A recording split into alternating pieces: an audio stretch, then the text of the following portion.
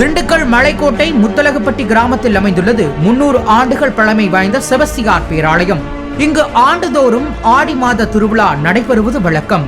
அதன்படி இந்த ஆண்டு திருவிழா கொடியேற்றத்துடன் தொடங்கியது. ஆயிரக்கணக்கான பக்தர்கள் கலந்து கொண்ட இந்த விழாவின் முக்கிய நிகழ்ச்சியான கரிவிருந்து வெகு விமர்சையாக நடைபெற்றது.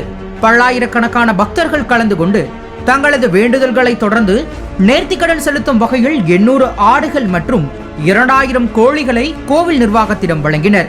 மேளதாளம், தாரை தப்பட்டை முழங்க கோழி மற்றும் ஆடுகள் பலி கொடுக்கப்பட்டு காணிக்கையாக்கப்பட்டது.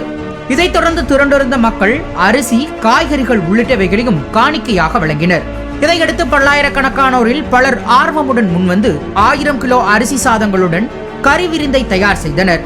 இதற்கிடையே ஜாதி மதம் பேதமின்றி தயாராகிய உணவிற்கான சமபந்தி ஏற்பாடுகள் நடைபெற்றது. பின்னர் நடைபெற்ற பல்லாயிரக்கணக்கான சமபந்தி விருந்தில் ஏராளமானோர் கலந்து கொண்டு வயிறார உண்டனர். இதைத் தொடர்ந்து பெய்த மழையையும் பொருட்படுத்தாமல் பொதுமக்கள் விருந்தில் கலந்து கொண்டு உணவு அருந்தி சென்றது அனைவராலும் பாராட்டப்பட்டு நெகிழ்ச்சியில் ஆழ்த்தியது. இதற்கிடையே தங்களது குழந்தைகளை ஏலத்தில் விடும் வினோத நேர்த்திக்கடன் நிகழ்ச்சி நடைபெற்றது. இதில் அதிகபட்சமாக 1300 ரூபாய்க்கு குழந்தைகள் ஏலத்தில் விடப்பட்டனர். இதுபோன்ற வீடியோக்களை உடனுக்குடன் காண தொடர்ந்து இணைந்திருங்கள் வசந்த் நியூஸுடன்.